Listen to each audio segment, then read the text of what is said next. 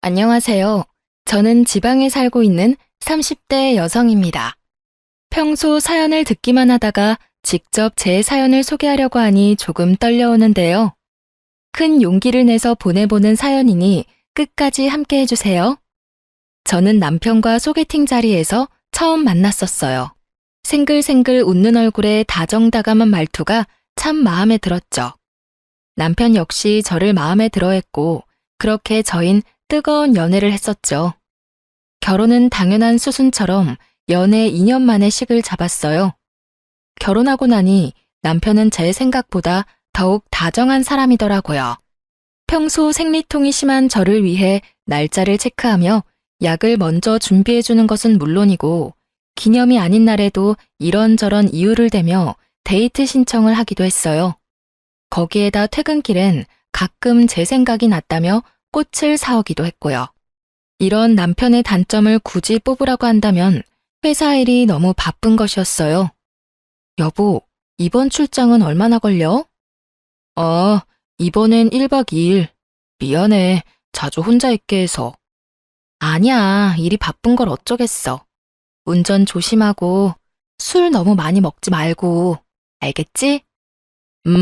숙소 도착하면 영상통화할게. 영업직이란 직업 특성상 출장도 많고 접대 자리도 있어 불만이 있긴 했어요. 그래도 이렇듯 출장 시엔 숙소에서 영상통화는 물론이고 접대 자리에서도 자주자주 전화나 문자로 보고 아닌 보고를 해준 덕분에 늘 안심하고 기다릴 수 있었어요.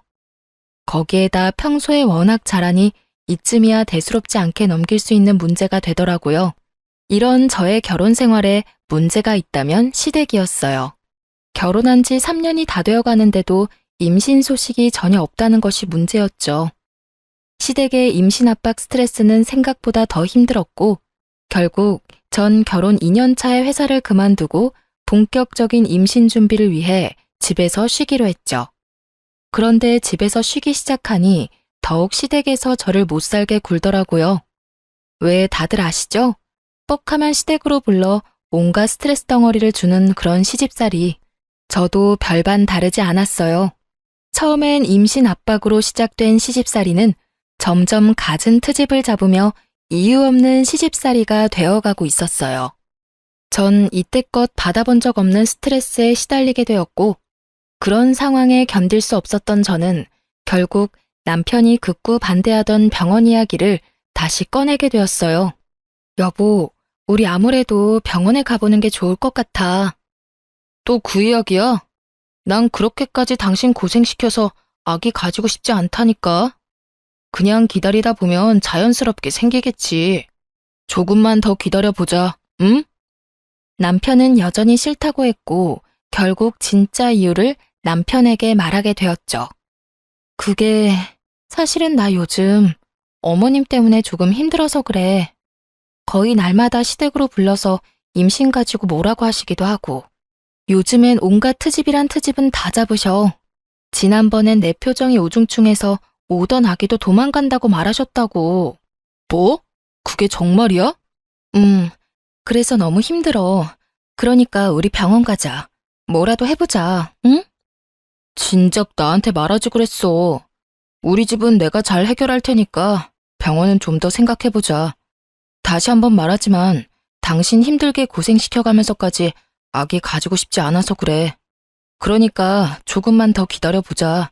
우리 집은 걱정하지 말고. 이렇게까지 말하는데 제가 뭐 할 말이 있겠어요. 그냥 남편을 믿어보기로 했죠. 무엇보다 저를 위하는 마음만큼은 제가 확신하고 있었으니 이제 좀 괜찮아지겠거니 했고요. 하지만 남편의 호언장담과는 달리 시모는 계속해서 저를 시댁으로 불렀고 혼자서 괴롭히는 것은 성에 차지 않았는지 어느 순간부턴 시누이까지 집으로 불러 두 사람이 합심해 저를 괴롭히기 시작하더군요. 이 또한 지나가리 하며 참고 또 참았는데 결국 저의 서러움과 화가 터져버리는 일이 생기고야 말았죠.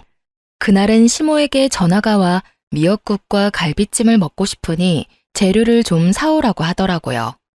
전 그런가 보다 하고 장을 봐 시댁으로 갔고 시모의 닭달에 엉덩이 한번 땅에 붙이지 못하고 음식을 만들기 시작했죠. 한창 음식을 하다 보니 시누이가 왔고, 역시나 시누이는 주방으론 얼굴도 비치지 않고 시모와 수다를 떨기 바쁘더라고요. 얼마나 얄미운지 요리하는 내내 정말 욕이 절로 입에 머무는데 얼마나 참았는지 모릅니다. 그렇게 음식을 다 하고 나자 마치 하이에나처럼 시누이와 시모가 주방으로 들어오더군요. 옳게, 다 했어? 네, 다 했어요. 간 좀 보실래요? 맛있어 보이네. 엄마, 이거 담을 통 좀 줘. 시누이는 시모에게 음식을 담을 통을 요구했고, 시모는 묻지도 않고 당연하다는 듯 통을 주더라고요. 시모에게 통을 받은 시누이는 저에게 아무 말도 없이 음식들을 남김없이 통에 싸기 시작했어요. 도대체 이게 무슨 상황인가 싶더라고요.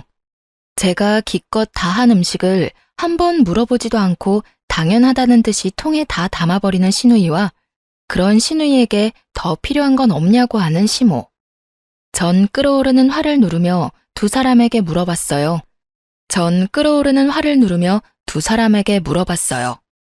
아니, 이걸 왜 다 챙겨가시는 거예요? 저의 물음에 시모는 이렇게 말하더군요. 아, 그게 오늘 우리 사위 생일이라서 내가 챙겨가라고 불렀다. 너도 알다시피 얘가 음식 솜씨가 없잖니. 시모의 말을 들은 저의 인내심은 더는 남아있지 않았고 어이가 없어 표정이 점점 썩어가고 있었어요. 그런 제 표정을 본 시누이가 어이없게도 시비를 걸어오더군요. 옳게, 표정이 왜 그래? 혹시 기분 나빠? 평소에 저였다면 당연히 아니라고 하며 어떻게든 분위기를 좋게 이끌려고 했겠지만 저의 인내심은 바닥이었고 할 말은 하고 살자 싶더라고요. 계속해서 참고 살았다간 이대로 호구되는 건 불보듯 뻔한 일이었으니까요. 혹시가 아니라 당연히 기분이 나쁘죠. 누가 이런 상황에 기분이 좋겠어요?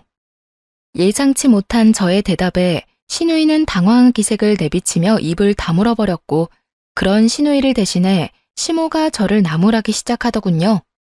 예, 너 먹는 거로 치사하게 구는 거 아니다. 이딴 음식이야 다시 하면 되는 거지. 뭐 그런 걸로 기분이 좋네 나쁘네 하는 거니? 어머님, 제가 지금 음식을 가지고 가지 말라고 하는 게 아니잖아요. 어쩌겠어요. 이미 다 챙긴 음식을요.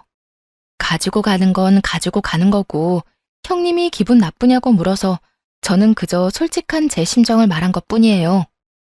뭐? 그렇잖아요. 어머님이 제 입장이라면 기분 좋으시겠어요? 기껏 장 다 봐서 음식 만들었더니 고맙다, 미안하다 말 한마디 없이 이렇게 싹 챙겨가는데 거기에다가 아까 전화로는 어머님이 드시고 싶다고 했지 형님이 다 가지고 갈 거라는 말도 안 했잖아요. 제 입장에선 충분히 기분 나쁘지 않을까요? 그래서 기분 나쁘다고 말한 것뿐이니 음식은 다 가져가세요, 그냥. 꽤 당돌한 저의 태도에 두 사람은 벙찐 듯 저를 보더라고요. 그것도 잠시 신우는 노발대발 저에게 삿대질까지 하며 성질을 부리더군요. 내가 더럽고 치사해서 안 가지고 가.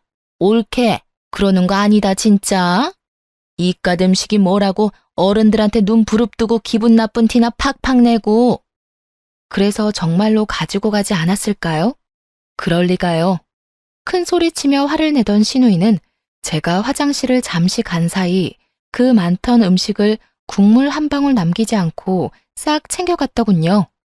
시누이가 집으로 돌아가고 난 후 시모는 기다렸다는 듯 저를 혼내기 시작했어요. 오늘은 네가 100번 1000번 잘못한 거야. 어떻게 시어머니하고 시누이한테 그렇게 인상을 쓰면서 기분이 나쁘다고 말할 수가 있니? 나 때는 정말 생각도 못한 일이다. 알겠니? 이때는 정말 대꾸하고 싶지도 않더라고요. 대꾸를 해봤자 이야기만 길어지고 욕만 더 먹겠지 싶어 입을 다물고 있으니 결국 또 시모의 입에선 지겹도록 들어온 임신 이야기가 흘러나오더라고요. 네가 그런 식으로 마음보를 쓰니 아기가 안 생기는 거야. 알겠어? 평소에 많이 베풀고 마음을 곱게 써야지 임신도 잘 되지. 말이 나왔으니까 하는 말인데 너희 노력은 하고 있니? 네, 매번 말씀드리지만 아기 저희도 원하고 있고 그만큼 노력도 하고 있어요. 그러니까 임신 이야기는 좀 그만하시면 안 될까요? 스트레스 받으면 임신이 더 안 된다고들 하잖아요. 안 할 수가 있어야 안 하지. 너희 병원이라도 가봐야 하는 거 아니야? 에휴, 다른 집 애들은 임신만 잘 된다고 하던데 우리 아들이 문제가 있을 리는 없고. 너 검사는 해봤니? 너한테 문제 있는 거 아니니? 그러지 말고 너 혼자 병원 좀 가보렴. 혼자 가기 그러면 내가 따라가 줄 테니 예약부터 좀 잡아봐. 저에게 문제가 있다고 확신에 차서 말하는 시모를 보던 전 결국 다시 화가 터져버렸고 입이 시원하게 터져버린 저는 시모에게 따지고 들었습니다. 어머님, 혹시 아범 전화 못 받았어요? 아범이 전화한다고 했는데요. 전화? 무슨 전화? 아니, 여기서 우리 아들 이야기가 왜 나오니? 나올만 하니까요. 저도 어머님 말씀처럼 병원이라도 가보려고 했는데 어머님 아들이 한사코 싫다고 거부해서 이러지도 저러지도 못하고 있다고요. 저라고 손 놓고 있고 싶어서 이러고 있는 줄 아세요? 어머님, 임신 안 돼서 제일 힘든 사람은 저라고요, 저. 우리 아들이? 왜 그랬지? 너 혹시 거짓말 하는 거 아니니? 제 말이 거짓말인지 아닌지는 그렇게 사랑하시는 아들한테 직접 전화해서 물어보면 되는 일이지 않을까요? 그러니까 이제 임신 가지고 저한테 그런 식으로 말씀하지 마시고 아범한테 말씀하세요. 자세한 이야기도 아범한테 들으시고요. 이렇게 계속 스트레스 받다간 어머님 말씀대로 오려던 아기도 도망가게 생겼으니까요. 그야말로 제 입에선 울분이 터져나오고야 말았고 더는 저를 건드리면 안 되겠다는 현명한 판단을 한 시모는 헛기침을 해대며 말을 돌려버리더군요. 너는 왜 소리까지 지르고 그러니? 그냥 좋게 좋게 말하면 될 것을. 그나저나 비가 오려나 무릎이 왜 이렇게 아픈 줄 모르겠구나. 넌 어디 아픈 데는 없니? 감기 조심해. 요즘 감기가 유행이라더라. 이미 마음이 상해버린 저는 시모의 말에 대답도 하지 않았고 그렇게 기분이 잔뜩 상한 채로 집에 돌아와 남편을 기다렸어요. 이런 분위기일 거라 전혀 상상치도 못한 남편은 오랜만에 일찍 마쳤다며 꽃을 사들고 집으로 돌아오더라고요. 기분이 상할 대로 상해버린 터라 꽃으로 마음이 풀릴 리 없었던 저는 남편을 보자마자 따져 묻기 시작했어요. 여보, 어머님한테 전화 안 드렸어? 당신이 알아서 해결한다고 했었잖아. 잘 설명한다며. 깜빡했다. 왜? 무슨 일이 있었어? 혹시 오늘도 불려갔다 온 거야? 오늘은 미역국이랑 갈비찜 드시고 싶다고 하셔서 기껏 장봐서 음식 다 만들어놨더니 형님이 싹싹 긁어가더라고. 그래서 이게 뭐 하는 경우인가 싶었더니 아주버님 생일이라서 나한테 음식 만들라고 했더라고. 뭐? 누나 진짜 미친 거 아니야? 자기 남편 생일 음식을 왜 당신한테 만들래? 거기서 끝인 줄 알아? 기분 나쁘냐고 하길래 기분 나쁘다고 했다고 혼나고 형님 가시고 나니까 임신 못한다고 또 혼나고. 나 진짜 힘들어, 여보. 요즘엔 내가 이렇게 혼만 나려고 당신이랑 결혼했나 이런 생각까지 들려고 그래. 진짜 미안해. 내가 요즘 회사 일로 바빠서 깜빡했어. 내가 이번엔 정말 잊지 않고 잘 해결할 테니까 마음 좀 풀어. 앞으로 그런 말 듣지 않도록 할게. 그래, 당신이 싫다고 해서 병원도 못 가는 거니까 병원 이야기, 임신 이야기 나오지 않게 중간에서 잘 이야기 좀 해줘. 남편은 제 말에 다시 한번 미안하다며 저를 잘 달래주었고 저는 그런 남편을 한 번 더 믿어보기로 했습니다. 그날 이후 남편은 잘 이야기했는지 저는 임신에 대해선 아무 이야기가 없긴 하더라고요. 그렇다고 해서 시집살이가 아예 사라진 건 아니었어요. 임신 압박만 없을 뿐이지 여전히 절 불러다 이런저런 일을 시키며 시집살이를 시키고 있었어요. 하지만 그럴 때마다 남편이 저를 잘 보듬어주고 잘 대해주고 있어 그 정도는 사랑하는 남편을 위해 참을 수 있다는 생각이 들더군요. 거기에다 미역국 사건 이후 저도 마냥 참으며 당하고만 있지는 않던 터라 몸은 고단해도 속은 시원할 때도 있긴 했어요. 물론 그런 저의 당돌한 행동이 때론 시모의 화를 돋우기도 했지만 대부분 시모가 목덜미를 잡았으니 뭐 나름 만족스럽기까지 하더군요. 그렇게 나름대로 시원한 상황을 보내던 어느 날, 다른 날과는 달리 시모에게서 새벽부터 전화가 오더라고요. 전 당연히 자고 있었고 제 전화를 남편이 대신 받게 되었죠. 여보세요? 꼭두 새벽부터 무슨 일이야, 엄마? 남편의 목소리엔 짜증이 가득했고 방이 조용하니 시모의 당황한 목소리가 들려오더라고요. 아, 그게 네 처는 어쩌고 네가 이 전화를 받아? 시간이 몇 시인데 자고 있지. 나한테 말해. 일어나면 전해줄 테니까. 아, 그게 그냥 중요한 건 아니고. 중요한 거 아니면 낮에 전화해, 낮에. 이게 뭐야? 새벽부터 사람 잠 다 깨우고. 아, 그리고 혹시나 해서 하는 말인데 오늘 집사람 나랑 약속 있으니까 집으로 부를 생각하지 말고. 약속? 무슨 일 있니? 중요한 일 있어. 그러니까 오늘 부르지 마. 그리고 이렇게 일찍부터 전화도 하지 마. 아니, 이제 집으로도 좀 그만 불러. 이 사람이 엄마 집안일이나 해주려고 나하고 결혼한 것도 아닌데 매번 왜 그렇게 이 사람 불러다 일을 시켜? 할 일이 많으면 차라리 돈 주고 사람을 불러. 내가 돈 줄 테니까. 어머, 누가 들으면 내가 마구 부려먹는 줄만 알겠다. 그렇게 힘든 일 시킨 적도 없어. 집으로 부른 거는 자주 보고 해야 가족 간의 정도 빨리 생기고 하니까 그런 거지. 가족 간의 정은 무슨? 정 붙이려다 있던 정도 떨어질 판국이니까 그만 불러. 이런 말 몰라? 시댁과는 멀리 지낼수록 좋다. 며느리는 절대 딸이 될 수 없다. 그러니까 이상한 논리로 이 사람 괴롭히지 말고 거리를 좀 두고 지내라고. 그러면 이만 끊어요. 나 조금이라도 더 자고 출근하게. 그렇게 남편은 전화를 끊어버렸고 잠이 완전히 깨지 않은 그 순간에도 남편이 얼마나 고마웠던지 몰라요. 남편이 아니었다면 그 새벽부터 불려가서 갖은 몸고생에 입씨름에 하루가 고단했을 것이 뻔했으니까요.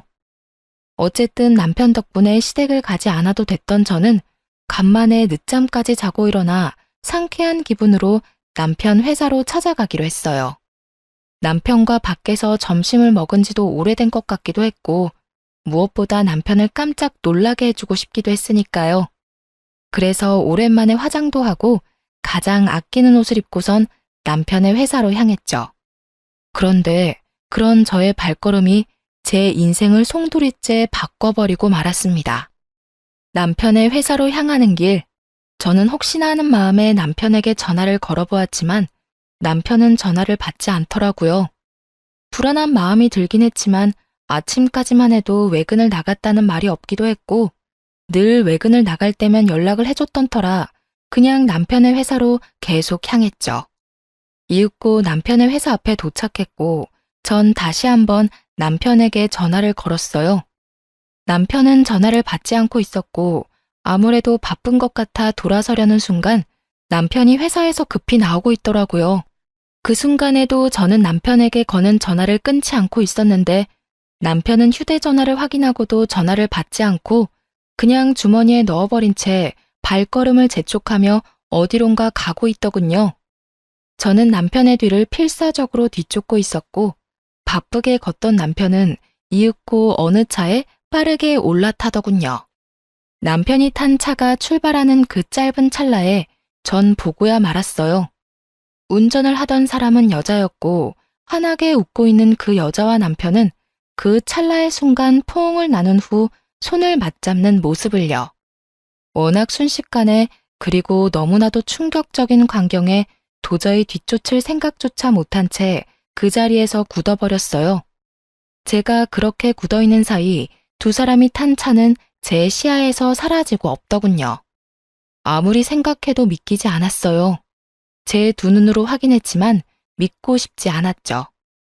꿈에서도 남편의 외도는 상상조차도 해본 적이 없기도 했고 그간 남편에게서 그런 낌새도 느끼지 못했던 터라 그 충격이 더욱 컸죠. 누가 상상이나 했겠어요? 출장이 잦긴 했지만 늘 자기 전엔 숙소에서 이불을 덮고 영상통화를 했었고 때론 제가 귀찮다고 느껴질 정도로 어디를 가나 사진을 찍어 보내주곤 했으니까요. 그것뿐인가요? 시댁과의 마찰에서도 늘 제 편이었고, 혹시나 제가 힘든 일이 생길까 싶어 굳이 말하지 않아도 스스로 나서 저의 방패막이 역할을 해주곤 했던 남편이었는데, 그런 남편이 외도를 저지르고 있다니 정말 상상도 못한 상황이었어요. 그 자리에 한참을 서 있었다가 집으로 돌아왔죠. 집으로 돌아온 저는 제가 본 광경을 떠올리고 또 떠올렸지만 아무리 떠올려봐도 믿을 수가 없었어요. 지금 생각하면 참 바보 같지만 그때는 차라리 제 두 눈이 이상한 거라고 믿고 싶기도 했으니까요. 하여튼 전 더 확실히 확인할 필요가 있다고 생각했고 남편을 기다렸어요. 그날 저녁 남편은 집으로 돌아왔고 전 아무것도 모르는 척 남편에게 물어보았어요. 여보, 오늘 왜 전화 안 받았어? 그게 오늘 갑자기 거래처 사람 만나야 할 일이 생겨서 정신이 없었어. 중요한 거래처였거든. 아, 그랬어? 난 또 전화 안 받길래 무슨 일 있는 줄 알았지. 당신도 참. 내가 회사에서 무슨 일 있을 게 뭐 있어. 당신이야말로 무슨 일 있었어? 전화 여러 통 한 것 같던데. 아니, 그냥 오랜만에 당신이랑 점심이나 먹을까 했지. 밖에서 점심 같이 한 지 오래된 것 같아서 말이야. 생각해보니 그렇네. 다음에 점심 먹자. 내가 좀 한가한 날 연락할게. 그래, 피곤할 텐데 먼저 자. 대충 얼버무리며 상황을 넘긴 저는 남편이 잠들기만을 기다렸고 남편이 깊이 잠이 든 것을 확인한 저는 휴대전화를 살펴보기로 했어요. 하지만 남편의 휴대전화는 잠긴 상태였고 아무리 머리를 굴려봐도 도저히 풀 수가 없더군요. 그래서 전 며칠 동안 남편이 휴대전화를 만질 때마다 티 안 나게 신경 써서 관찰했죠. 그렇게 3일 노력한 끝에 비밀번호를 알게 되었어요. 그렇게 열리게 된 판도라의 상자는 정말 충격의 연속이었습니다. 우선 상간녀의 정체는 다름 아닌 거래처 사람이었고 두 사람은 한두 달 짧게 만난 사이가 아닌 좋기 1년은 넘은 사이더군요. 거기서 끝이 아니었어요. 남편은 틈틈이 업소도 다니고 있는 듯 했는데 적어도 한 달에 한두 번은 예약한 문자가 남겨져 있더라고요. 그 모든 것이 충격적이긴 했지만 그중 가장 충격적이었던 건 당연히 상간녀와의 대화였어요. 자기야, 우리 이러다 나 임신이라도 덜컥하면 어떻게 해? 그런 걱정은 하지도 말라니까. 어떻게 걱정을 안 해? 나 자기한테 말을 안 해서 그렇지. 생리 날짜 밀릴 때마다 불안해서 미칠 것 같단 말이야. 자기야, 진짜 걱정 안 해도 돼. 사실 나 결혼하기 직전에 정관 수술했어. 난 아기 생각이 전혀 없는데 결혼하면 아기가 생길 수밖에 없을 것 같아서 와이프 몰래 정관 수술해버렸어. 그러니까 그런 걱정은 안 해도 돼. 정말? 다행이긴 한데 자기 와이프 불쌍하다. 자기 집에서 임신 가지고 장난 아니게 뭐라고 한다며. 자기 와이프는 아무것도 모르고 임신 안 된다고 혼자 끙끙거리고 있을 거 아니야? 그래서 내가 우리 집엔 임신 문제로 이야기 꺼내지 말라고 했지. 그 문제는 우리가 알아서 한다고 말이야. 요즘 같은 세상에 굳이 왜 애를 낳아야 하는지 난 이해가 안 돼. 난 자유를 누리고 살고 싶다고. 그런데 애가 있다고 생각해봐. 자유가 되겠어? 상상만 해도 너무 싫어. 그게 무슨 고생이야. 밖에선 돈 번다고 힘들고 집에 들어가선 애랑 마누라 본다고 힘들고 안팎으로 그게 무슨 고생이냐고. 그야말로 억장이 무너지더라고요. 되지도 않을 임신해보겠다고 그간 열심히 다녔던 회사까지 그만두고 노력하고 있는데 남편이란 인간은 밖에서 온갖 더러운 짓과 함께 저 몰래 수술까지 했다뇨. 그러면서 집에 와서는 세상에 둘도 없는 다정한 남편인 척 연기한 그간의 행실이 떠오르며 온몸에 소름이 돋더군요. 남편의 휴대전화를 살펴보며 이혼을 마음먹게 되었고 이혼 시 확실한 증거를 위해 남편에게 사람을 붙이게 되었습니다. 그렇게 때를 기다리며 복수를 계획하고 있는데 남편의 출장 소식이 들려오더라고요. 얼마나 기뻤는지 몰라요. 그 출장은 외도 여행임이 분명했으니까요. 그렇게 내적 기쁨으로 설레는 나날들을 보내고 있는데 한동안 조용하던 시모에게서 또 연락이 오더라고요. 아가, 오늘 바쁘니? 들어보니 우리 아들 출장 갔다고 하던데 그게 바쁜 일 없지? 뭐 때문에 그러시는데요? 다름이 아니라 저번에 네가 해준 갈비찜이 너무 맛있어서 그러는데 오늘 와서 좀 더 해주면 안 될까? 갈비찜이요? 그래, 갈비찜. 그거 하는 김에 잡채랑 전복구이, 그리고 전 3가지 정도도 간단하게 해주렴. 급하니까 지금 바로 장 봐서 오려무나. 제가 바보가 아닌 이상 알 수 있더군요. 이번에도 신우이의 짓이구나 하고요. 누가 들어도 잔치 음식임을 알 수 있었고 또 내 손을 빌려 신우이의 시댁어른 중 한 명의 생일상을 차리려고 하는구나 하고요. 그렇게 전 100% 신우이가 필요한 것이라 확신했고 알겠다고 말하고선 장을 봐 시댁으로 갔어요. 시댁에 들어서는 저의 예상대로 신우이는 소파에 앉아 TV를 보고 있었고 저를 보고서도 인사조차 하지 않더군요. 이번에도 음식을 다 만들었다 싶으니 신우이는 주방으로 슬금슬금 들어와 고맙다는 말 한마디 없이 음식만 쏙 챙겨가 버리더군요. 저 역시 기대도 하지 않았던 터라 그냥 그렇게 신우이를 보내주었고 저 역시 집으로 돌아가기 위해 가방을 챙기니 시모가 득달같이 다가와 닥달하더라고요. 너 뒷정리는 안 하니? 주방을 저꼴로 만들어 놓고 그냥 가면 뒷정리는 누가 해? 평소 저는 정리를 하며 음식을 하는 스타일인데 그날은 정리는커녕 더욱 어지르며 음식을 만들었고 그 덕분에 주방은 엉망진창이 되어 있었죠. 일부러 주방을 그 꼴을 만들었던 저였기에 저는 시모를 바라보며 이렇게 말했어요. 어머님, 저도 웬만하면 뒷정리까지 해놓고 가고 싶은데 아시다시피 오늘 만든 음식 가짓수가 많잖아요. 그래서 그런지 몸살이 오려나 몸이 으실으실한 게 금방이라도 쓰러질 것 같아서요. 그러니까 뒷정리는 어머님이 좀 해주세요. 그럼 저는 먼저 가볼게요. 저의 천연덕스러운 연기에 시모는 콧방귀를 끼며 어떻게 해서든 저를 붙잡으려고 했지만 저는 시모의 모든 손길과 말을 무시한 채 집으로 돌아와 버렸어요. 그렇게 룰루랄라 집에서 즐거운 시간을 보내고 있는데 신우이에게서 전화가 오더군요. 옳게, 도대체 음식을 어떻게 한 거야? 간 안 봤어? 음식이 죄다 짜고 달고 쓰고, 아우 정말, 이게 뭐야? 그래요. 누구 좋으라고 정성껏 맛있는 음식을 차릴 필요가 있겠어요? 음식으로 장난치지 말라는 말이 있지만 한번 당해바란 심정으로 소금 2봉지와 간장 1통을 거기서 다 쓰고 왔어요. 당연히 사람이 먹을 만한 음식이 아니었는데 여우 같은 신우는 당당하게 자신이 요리했다고 시댁에 가져간 거였죠. 간도 하나 안 보고 말이죠. 자기가 직접 요리한 척 연기한 가증스러운 신우에게 한마디 건넸어요. 그렇게 잘하면 형님이 직접 하시지 그랬어요? 뭐? 지금 그걸 말이라고 해? 이딴 식으로 할 거였으면 내가 했지. 왜 한다고 나서서 이런 망신을 당하게 해? 아니, 해달라고 한 사람이 누군데 이제 와서 제 탓을 하세요?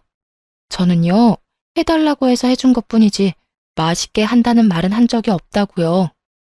제 말에 약이 오를 대로 오른 신우이는 언성을 높이며 화를 내기 시작하더라고요. 야, 너 말 다 했어? 너 일부러 이딴 식으로 만들었구나. 일부러 그랬다. 오냐오냐 해주니까 내가 무슨 혹은 줄 알았나 본데. 야, 앞으로 네 식구들 입으로 들어갈 음식은 네 손으로 직접 해먹여. 자신 없으니 네 엄마 시키던가. 어디서 이거 해라 저거 해라 시켜먹고 난리야? 뭐? 너 진짜 미쳤어? 나한테 이딴 식으로 굴고도 무사할 줄 알아? 아이고, 무서워라. 너무 무서워서 온몸이 다 떨리네. 야, 너 진짜 이딴 식으로 나올 거야? 이딴 식으로 나올 거니까 더 험한 말 듣고 싶지 않으면 전화하지 마. 다시 한번 이딴 일로 나한테 연락하면 나도 진짜 가만 안 있을 거니까. 내가 네 잘난 그 시댁에 연락해서 당신네 며느리가 사실은 아무것도 할 줄 모르면서 그저 머릿속엔 돈밖에 모르는 머리 빚년이라는 사실 다 알려버릴 테니까. 알겠어? 저의 으름장에 시누이는 갖은 욕설로 대응하고 나섰지만 더 들을 가치도 없다고 판단된 저는 그냥 전화를 끊어버렸어요. 그리고 몇 분이나 지났을까요? 이번엔 시모에게서 전화가 오더라고요. 너 진짜 제정신이니? 음식을 일부러 그따위로 한 것도 모자라서 네 시누이한테 막말까지 했다고? 네가 시댁을 어떻게 보길래 그딴 짓거리를 해? 얼마나 우리 집안을 우습게 보고 있으면 겁 없이 그딴 짓을 벌이냐고. 오는 말이 곱지 않았으니 나가는 말이 곱지 않았던 건 당연한 거 아닐까요? 뭐? 승연이가 너 제정신 아닌 것 같다고 하더니 정말 미친 거니? 정신 차려. 나 네 친구 아니고 네 시엄이다. 어디서 말을 그따위로 하는 거야? 너 진짜 크게 혼나야 정신 차릴 거니? 아니, 제가 뭘 잘못했다고 혼까지 나야 하나요? 애초에 두 사람이 저한테 한 행실 자체가 말도 안 될 뿐더러 파렴치한 행동이라곤 생각 못하는 건가요? 제가 그 집 노예도 아니고 틈만 나면 불러서 시켜먹는 것도 모자라 형님 시댁 잔치 음식까지 시키는 건 정말 도를 지나치는 행동 아닌가요? 제가 무슨 그 집 종인가요? 가족끼리 서로 도울 수도 있는 거지 뭘 그렇게까지 비하하고 난리니? 비하요? 정말 그렇게 생각하세요? 그럼 제가 저희 친정 부모님 생신날 형님 불러다 음식 시켜도 괜찮겠네요. 어머님 말대로 가족끼리 돕는 거니까요. 마침 곧 있으면 저희 아빠 생신인데 그때 그럼 부탁 좀 드리면 되겠어요. 뭐? 그건 경우가 아니지. 어디 손이 사람을 불러다 친정 잔치상 차리는 걸 시켜? 그런 경우가 세상에 어디 있니? 그러니까요. 이제 제 입장이 이해가 되세요? 그러니까 다신 이런 일로 저한테 연락하지 마시고 저 역시 시댁에 다신 발걸음도 안 할 거니 부르지도 마세요. 이혼할 마음을 먹고 나니 더는 부당한 대우를 참아줄 필요도 이유도 없었기에 전 그간 하고 싶었던 말을 토해내고 전화를 끊어버렸어요. 일방적인 끝맺음에 시모는 득달같이 전화를 해댔지만 전 사뿐히 그 전화들을 무시해버렸습니다. 다음 날 전 다음 계획이었던 상간녀의 남편을 만났어요. 흥신소에서 조사한 바론 상간녀는 유부녀의 자녀까지 있었고 그랬기에 저는 상간녀의 남편에게 모든 사실을 알리기로 한 것이었죠. 저는 상간녀의 남편에게 충격적인 사실을 알렸고 상간녀의 남편 역시 충격이 큰 듯 보였지만 아무래도 자녀들이 있으니 애써 현실을 부인하며 고민을 하는 것 같더군요. 혹시 지금 출장 가지 않았나요? 그걸 어떻게... 혹시 그럼... 네, 저희 남편도 출장 갔거든요. 뭐 급하게 잡힌 2박 3일 출장이라고 하던데요. 이로써 저의 예상대로 두 사람은 출장이 아닌 외도 여행을 떠난 것이 확실해졌고 상간녀의 남편은 이때까지와는 다른 잔뜩 화가 난 표정으로 입을 열었습니다. 사실 지금 애가 독감이 걸려서 심하게 아프거든요. 열이 39를 오가고 있는데 저도 회사를 빠질 수 없는 처지라 부모님께 맡겨뒀고요. 애가 그렇게 아픈데 그 여자는 자기 자식도 내팽개치고 출장을 핑계로 그딴 짓이나 저지르고 있었네요. 애 때문에 망설여졌는데 이런 상황이면 애 때문에 이혼을 해야겠어요. 상간녀 남편은 마음을 굳힌 듯했고 전 참 대단하다는 생각만 들더군요.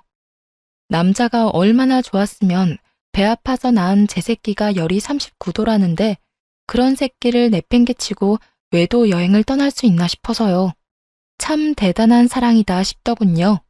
그렇게 전 두 사람의 대단한 사랑을 확인하며 모든 준비를 끝냈고 두 사람은 여행에서 돌아왔습니다. 전 우선 모든 외도 증거들을 챙겨 상간녀의 회사로 찾아갔고 저의 등장에 상간녀의 눈빛이 쉴 새 없이 흔들리더라고요.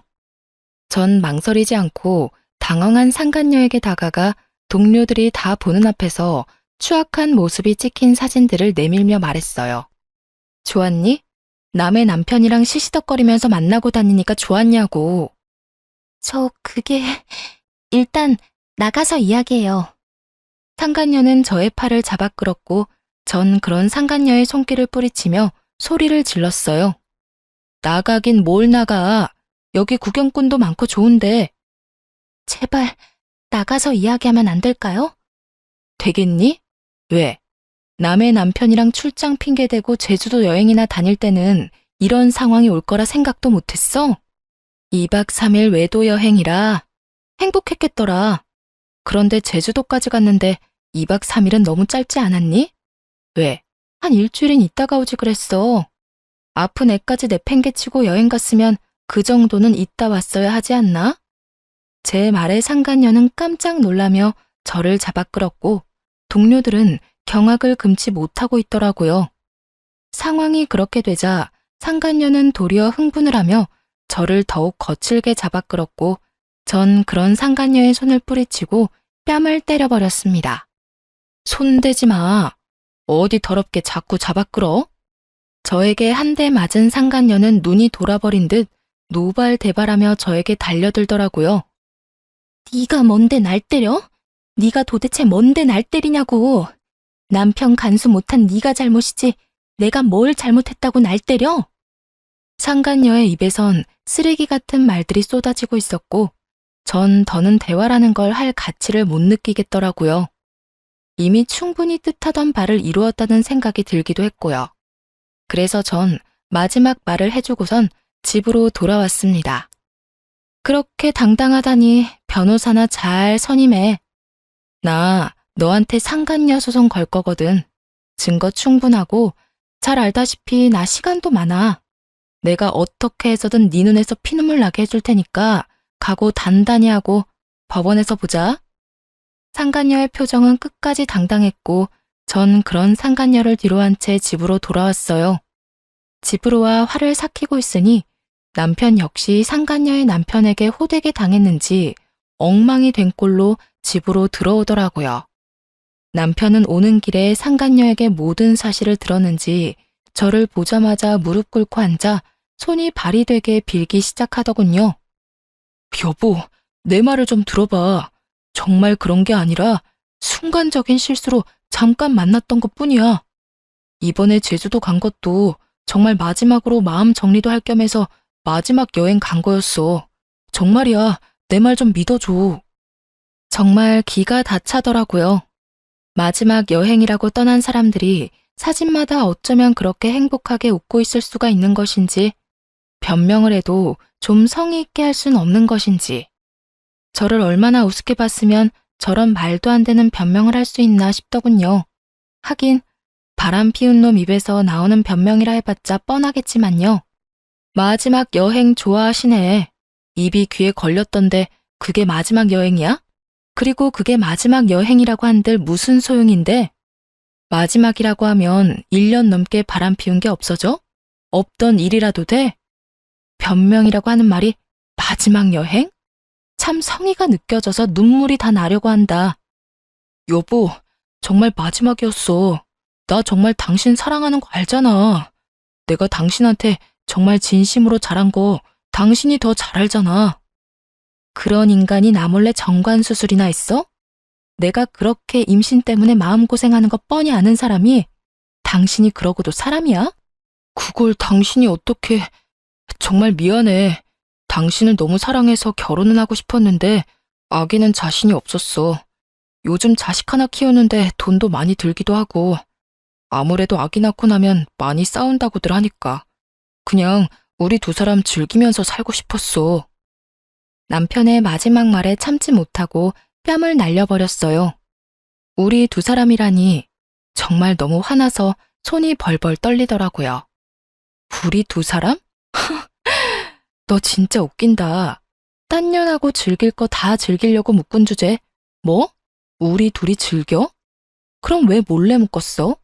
그렇게 중요한 일은 나하고 상의라도 했어야지. 난 그것도 모르고 당신 엄마한테 온갖 모진말이란 말은 다 들으면서 살았는데 그런 식으로 날 속일 거면 나하고 결혼은 왜 한 거야? 더러운 짐승만도 못한 자식. 그냥 이 여자 저 여자 만나면서 즐기고 살지 왜 내 인생까지 구렁텅이로 몰아넣었냐고. 전 울분을 토해내기 시작했고 그런 저를 남편이 안으려고 손을 뻗더라고요. 그 순간 전 그 손을 뿌리치고선 다시 한번 뺨을 있는 힘껏 때려버렸습니다. 남편은 할 말이 없었는지 부르튼 뺨을 감싸며 바닥만 쳐다보고 저도 아무 말 하지 않았어요. 몇 분간의 정막이 흘렀죠. 전 그런 남편에게 이혼을 통보해버렸어요. 우리 이혼하자. 이런 꼴까지 다 봤는데 더 같이 살 이유가 없잖아. 저의 이혼 통보에 남편은 울고불고 매달리기 시작하더군요. 안 돼. 이혼이라니.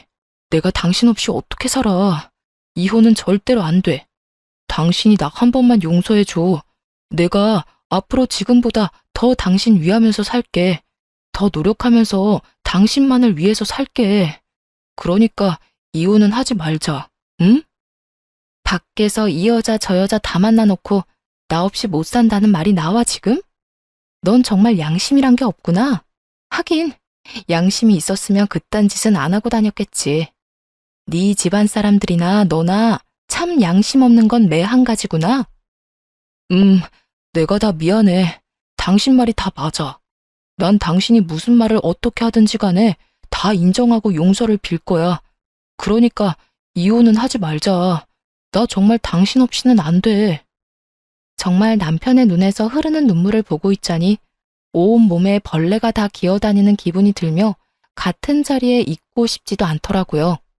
그 순간 이혼에 대한 저의 의지는 더욱 확고해졌고 마지막까지 매달리는 남편을 뿌리치곤 미리 싸뒀던 짐을 챙겨 그 집을 나와버렸습니다.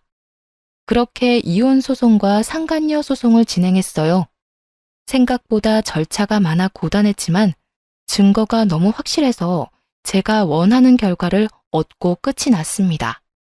소송이 진행되던 사이 전 남편과 상간녀는 회사에서 쫓겨나다시피 사표를 냈다고 하더군요. 상간녀 역시 이혼은 자명한 일이었고 상간녀와 남편 두 사람은 이중으로 위자료를 지급해야 했었기에 그간 모았던 돈은 물론 빚까지 내야 하는 건 불보듯 뻔한 일이었죠. 거기에다 그 대단하던 사랑도 소송 앞에서는 별 수 없었는지 소송이 진행되는 내내 눈만 마주치면 서로를 탓하며 싸우기 바쁘더군요. 이게 다 너 때문이야. 네가 먼저 술 한잔 하자고 나한테 연락했잖아. 내가 먼저 그랬다고? 말은 바로 해야지. 가끔 만날 때마다 은근슬쩍 스킨십 하면서 꼬신 사람이 누군데? 하도 노골적이게 다가오길래 불쌍해서 술 한잔 하자고 했더니 좋다고 나와서 술 취한 척 해놓고 지금 누가 누굴 탓해? 노골적? 참나. 노골적으로 쳐다본 사람이 누군데? 하여튼 이건 전부 네 탓이야. 다 너 때문이라고. 너 때문에 난 내 자식도 못 보고 살게 생겼어. 어떻게 책임질 거야? 그렇게 자식 생각하는 여자가 애 내팽개치고 나랑 제주도까지 갔냐? 이제 와서 모성에 넘치는 척하기는. 뭐? 나쁜 놈이 너 말 다 했어? 다 했으면 어떻게 할 건데? 막장도 그런 막장이 없는 싸움질을 하던 두 사람은 소송이 끝날 즈음엔 서로 눈도 마주치지 않더군요. 결국 저런 막장으로 끝맺음을 할 것을 왜 가정까지 버렸나 싶어 약간 씁쓸하긴 하더군요. 두 사람의 잘못된 선택으로 인해 저를 포함해 어린 자식까지 씻을 수 없는 상처를 받았으니까요. 그렇게 찢어진 두 사람의 소문은 널리 잘 퍼졌고 그 덕에 같은 업계 취업은 불가능해 보였죠. 불륜 남녀라는 타이틀이 꼬리표처럼 따라다닐 테니까요. 그 후 이젠 끝이겠거니 했는데 시모한테서 휴대전화에 불이 나게 전화가 계속해서 오더라고요. 여전히 제가 호구짓이나 하던 만만한 며느리라 생각하는 게 분명해 보였어요. 물론 저는 그 전화를 받지 않았고 제가 무시를 하니 문자가 오더군요. 너 진짜 이런 식으로 끝낼 작정이니? 남자가 사회생활 하다 보면 바람 필 수도 있고 그런 거지. 뭘 그런 거 가지고 이혼을 하니? 그런 실수쯤은 눈 감아주고 그냥 사는 거야. 알겠니? 네 친정 부모님들한테 물어봐라. 다들 그렇게 참고 산다고 하시지. 그러지 말고 그냥 눈 한번 질끈 감고 살아. 내가 그저께 네 남편 우리 집에 찾아온 거 안 받아줬다. 우리가 안 받아줬으니 아마 갈 데도 없을 거다. 그러니 네가 이럴 때 먼저 연락해서 다시 잘해보자고 해. 이럴 때 네가 손 한번 내밀어주면 네 남편이 앞으로 살면서 얼마나 잘하겠어? 현명하게 잘 생각해. 멍청하게 굴지 말고. 문자를 보는데 참 웃음밖에 안 나더라고요. 저희 친정 부모님요. 저의 이혼 사유를 듣자마자 전 남편 가만두지 않겠다고 하시면서 당장 찾아가시려는 거 겨우겨우 뜯어 말렸어요. 꼴 같지도 않은 전시모의 문자에 네 딸한테나 그렇게 말하라고 쏘아붙여주고 싶은 거 괜히 말 섞고 싶지도 않아 답장은커녕 차단으로 답을 대신했네요. 그 후론 저는 잘 지내고 있어요. 사실 잘 지내기 시작한 건 얼마 되지 않았어요. 이혼은 하고 난 후 처음에는 참 힘들더라고요. 나름 결혼 생활을 하면서도 나름 독립적으로 살아왔다고 생각했는데 매달 생리를 할 때나 몸이 아플 때면 말하지도 않았는데 약을 사다 주던 전 남편이 간혹 떠오르는 제 자신이 너무 싫더라고요. 이혼을 후회했다 이런 마음이 든 건 전혀 아니었지만 이따금 찾아오는 외로움과 쓸쓸함이 저를 참 많이도 괴롭히긴 했었어요. 하지만 시간이 약이라는 말이 있듯이 차츰차츰 전 괜찮아졌고 얼마 전엔 취업도 했어요. 전에 다니던 회사는 아니지만 꽤 괜찮은 회사에 취업하게 되어 하루하루 바쁘지만 온전히 저를 위한 시간을 보내며 잘 지내고 있답니다. 새로운 보금자리는 위자료 받은 걸로 해결했어요. 덕분에 시간적으로나 금전적으로나 조금은 여유로운 생활을 하고 있어요. 처음 이혼을 하고 난 후 밖에서 혼자 밥 먹는 것이 참 어색하고 힘들었는데 요즘엔 혼자 식당도 잘 다니고 혼자 조용한 카페에 가서 책도 읽으며 시간을 보내기도 해요. 하여튼 요즘은 힘들다, 슬프다 이런 감정을 느낄 새도 없이 하루하루 행복하고 알차게 지내며 나름 만족스러운 삶을 살아가고 있답니다. 이로써 저의 이혼 사연은 끝이 났습니다. 많은 조언과 응원 부탁드리며 지금까지 저와 함께 해주셔서 감사합니다. 좋은 하루 되세요.